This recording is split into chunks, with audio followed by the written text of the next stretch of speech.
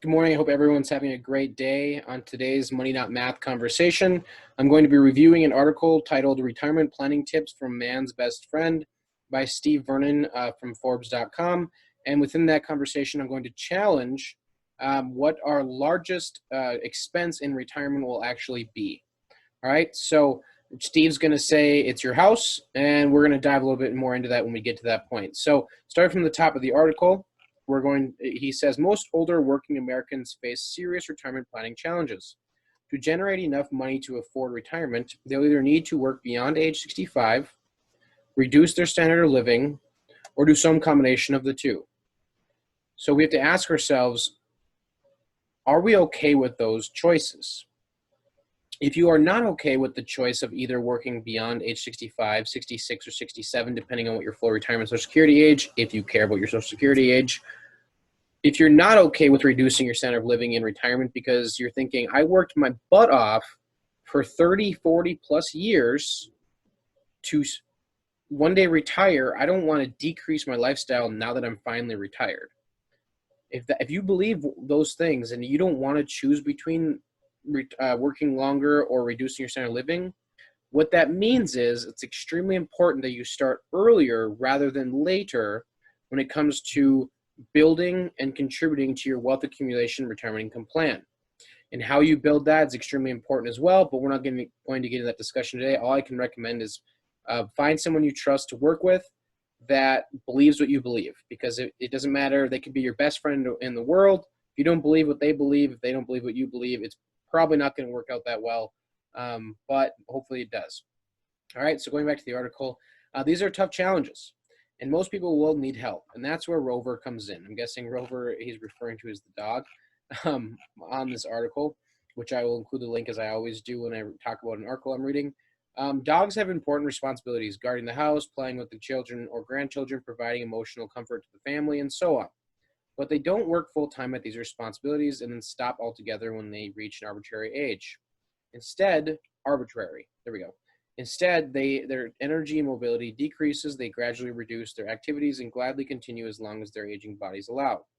If dogs were human, we'd call this phased retirement or downshifting.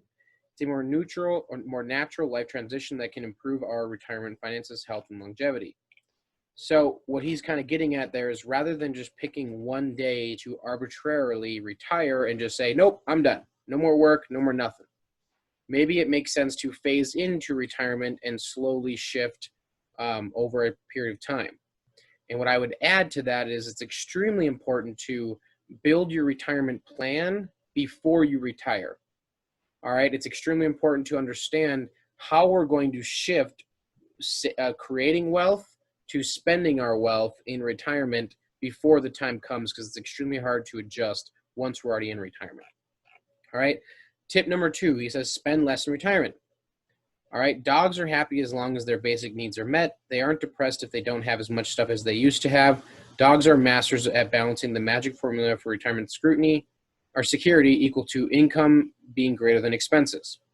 What I would respond to this is that we again have to ask ourselves, are we okay with spending less in retirement? If you aren't and you haven't retired yet, that means we really need to put the hammer down and challenge ourselves to determine how much are we going to spend on our lifestyles today versus how much are we going to save to accumulate wealth for our lifestyles in the future.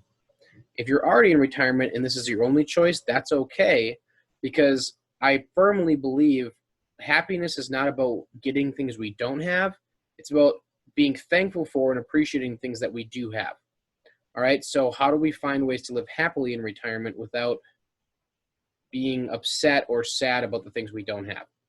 All right, so continuing on, tip number 3, he talks about volunteering. Oh.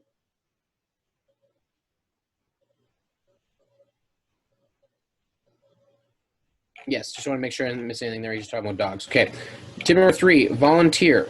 All right, he talks about how making sure you volunteer and staying active is extremely important, not only to stay active socially, but also to lower your lower significant health or lower your risk of having significant health risks.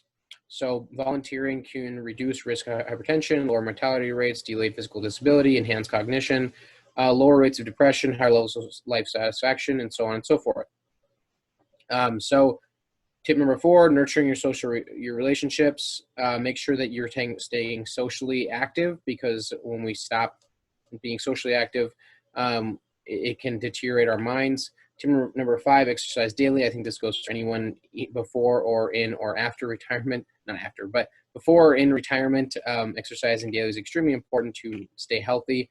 And the one big thing he talks about within this, going back to the spending less, is he talks about how spending less can be extremely important, but also difficult, because our homes can be the largest expense for us in retirement. All right, so here's where I want to challenge the narrative a little bit.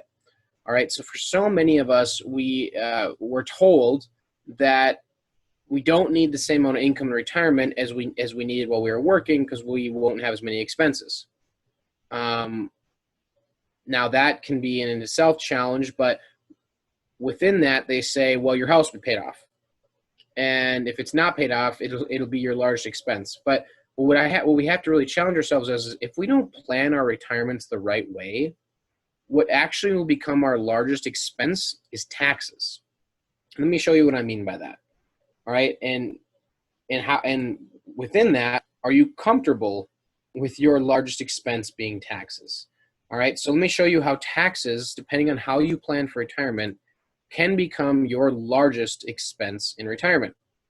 All right, so if, for example, you have, let's say, $3 million in tax deferred savings for retirement. All right, so I know my handwriting is brutal, but hopefully you get the point. All right, when I say tax deferred, I'm talking about the most common retirement planning tools. I'm talking about traditional 401ks, I'm talking about IRAs, I'm talking about pensions, I'm talking about 403bs, and etc. So essentially all the most traditional retirement planning tools that are available to us today and that we are pushed to use the most often are tax deferred, right? And the selling point is, well, you don't have to pay taxes today, you can defer them until retirement. And that's all fine and dandy if you truly believe you're going to be in a lower income tax bracket. But we have to ask ourselves is, first, is it your intention to decrease your lifestyle in retirement?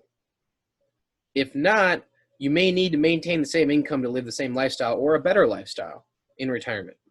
Number 2, is it your intention to continue to increase your income and therefore increase your wealth between today and the day that you retire? If the answer is yes, again, you're probably going to be increasing your tax bracket by doing that. Number 3, knowing that we're $26.5 trillion in debt, and with all the political and COVID and all the other economical issues we're dealing with right now, do you believe it's more likely the IRS or that our government increases or decreases taxes, knowing their number one source of income is taxing those who have money?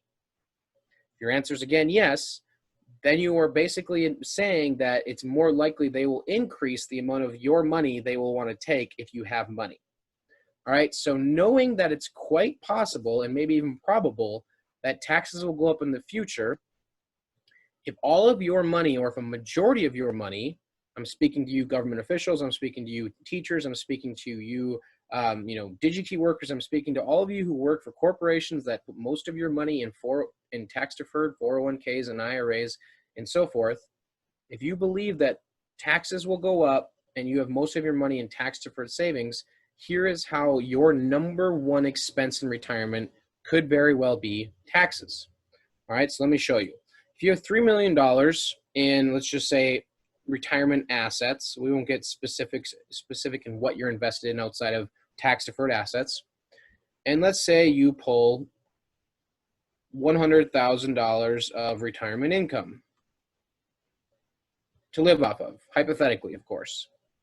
Well, that's pre-tax, right? You haven't paid taxes yet because you didn't pay them while you were working, you deferred them until retirement.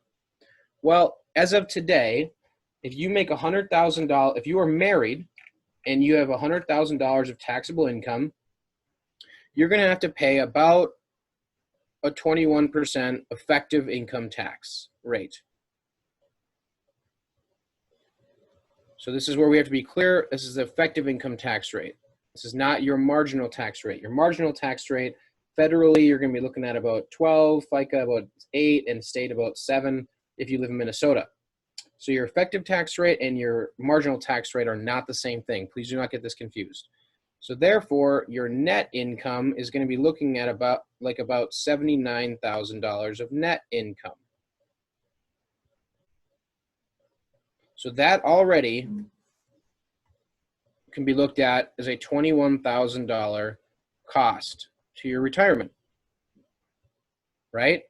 You pulled out 100, you only got to keep 79 because the government took 21,000.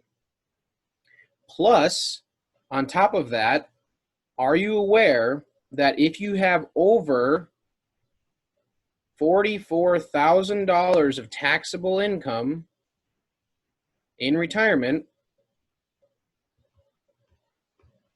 the government in all their infinite wisdom says you have more money than you need.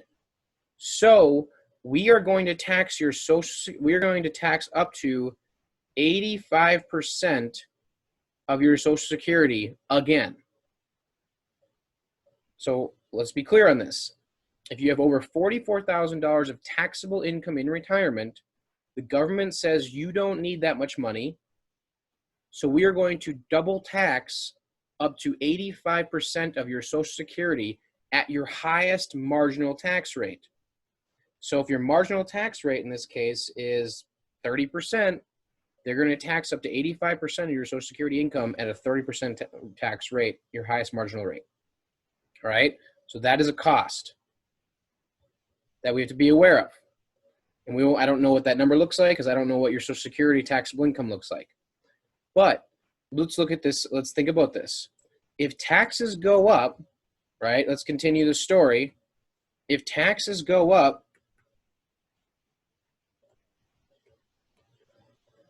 due to politics or due to economics or due to COVID or whatever it may be, the fact that we're $26.5 trillion in debt right now and all you ever hear people talk about is spending more money.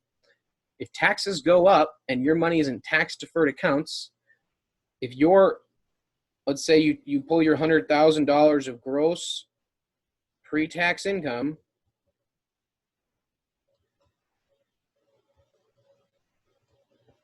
and taxes are now 40%, $40,000 of taxes. Again, I apologize for my handwriting. I'm not great on paper and it's worse on a screen.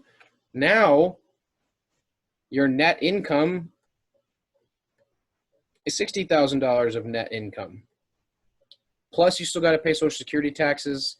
Plus, you still got to pay Medicare costs. Plus, you still got to pay for your lifestyle. And here's a kicker. Are you aware of how Medicare costs are determined in retirement? Taxable income. All right, so the number one thing I have to talk about in this whole video, and the article is funny. He relates it to a dog, retirement to living like a dog. But the thing I had to challenge is, he says your home will be your largest cost. Okay, are you going to spend $21,000 or $40,000 or more than that on a home? Probably not. So if you are saving in such a way that you are deferring all of your taxes until retirement, is it possible or even probable that taxes will be your largest expense?